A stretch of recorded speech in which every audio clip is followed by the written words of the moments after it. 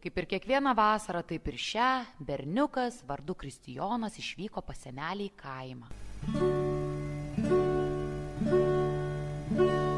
Atostogos jau ne už kalnų, man ir seneliui mano.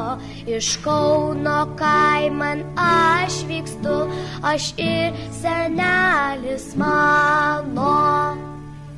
O kaip jis laukė besibaigiančių mokslo metų, kaip kūrė įvairiausius planus, kad vasarą kartu su seneliu eis žvejoti, pagaus ešerį ar kokią vieną kitą aukšlę ir sumaitins ją storuliui katinui, kuris taip pat labai laukė atvykstančio berniuko į Pašvendrės kaimą, ten, kur prie didžiojo malūno teka upeliukas. Upeliuko pavadinimo tiesa aš nepamenu. Bet žinau tik tiek, kad jame vanduo čiurleno užkliudydamas įvairias šakas, rastus ir akmenis, o jų čia visa gausybė. Kad jūs žinotumėte, kaip Kristijonas mėgo mėtyti akmenukus į vandenį ir klausytis to mielo garso tik pliumpt, pliumpt. Ir taip kas kart. Garsas priklausė nuo akmenuko dydžio, o mėtydavo jis juos tik tada, kai nekybo žuvis, nes kaipgi kitaip, juk jis būtų išbaidęs ir tas kelias. Tai visai pamiršau paminėti, kad senelis buvo Pašvendrės kaimo vargonininkas, visų labai gerbiamas žmogus. Be jo neapsieidavo nei vienas svarbesnis kaimo įvykis, krikštynos, vestuvės ar metinės. Na ir galiausiai kiekvieną sekmadienį juk šventė, o Kristijonui per tą šventę tikrai netekdavo miegoti, nes iš pat ankstyvo ryto tipendavo jie abu į bažnyčią, kur senelis taip galingai užgrodavo, kad net visų pašvendriečių ausų būgneliai sudrebėdavo. O Kristijonui labai patiko klausytis vargonais atliekamos muzikos, bet visų mieliausiai jam buvo senelio gitara, kuria kadaise grodamas senelis pasipiršo močiutei Felicijai. Dar kartais ir dabar senelis užgroja ir uždainuoja tą dainą. Tokias mėlynos akys, lyg pražydė linai, jos nežydė, o dega, mėlynai, mėlynai. Ši vasara Kristijonui buvo visai kitokia. O buvo taip. Kaip jau minėjau, senelis taip mylėjo savo anūkėlį, kad nieko jam negailėjo. O Kristijonas savo ruožtu norėjo atsigriebti už visą prarastą laiką ir mėgavosi lepinimu. O kuris iš mūsų nesimėgautų? Taigi, užėjus nenumaldomiems vasaros karščiams, Kristijonas gaivinosi ledais. Parduotuvė buvo netoliese, tai suvalgius vieną porciją ledų nebuvo didelė kliūtis nubėgti ir nusipirkti dar vieną ir dar vieną. Ir dar. Ir taip kas kart. Gal kokį 10 kartų daugiau jis suvalgė ledų neįprastai. O karšta buvo iki begalybės ir upelio vanduo jau nebegaivino. Kažkaip norėjosi, kad saulė greičiau nusileistų ir oras nors kiek atvėstų. Vėjas ir šaltis. Šaltis ir vėsa.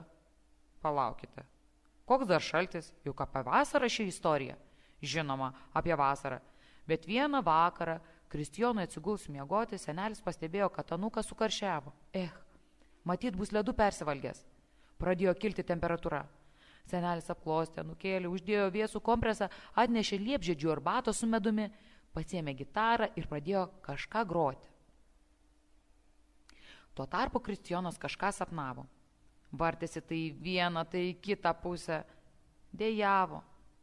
Matyt, košmarą sapnavo. Senelis gitaros melodiją bandė nuraminti anūkėlį.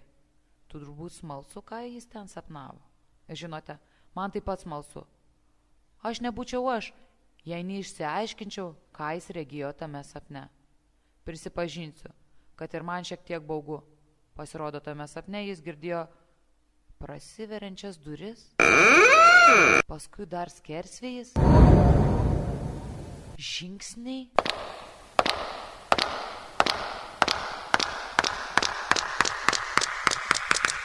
Maža širdelė blaškėsi ir daužėsi dar greičiau.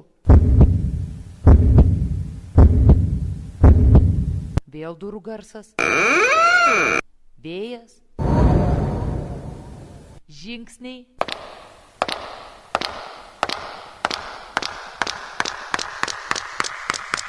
Ir tada tas garsus.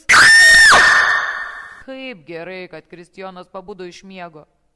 Senelis vėl paglostė anūkėlį, pagirdė arbatą ir pasakė, kad tai tik sapnas. Miegok ramiai, miegok. Vis dar vartėsi berniukas, girdėjo kažkokios melodijos nuotrupas ir niekaip negalėjo jos išgirsti visos. Brieško rystas.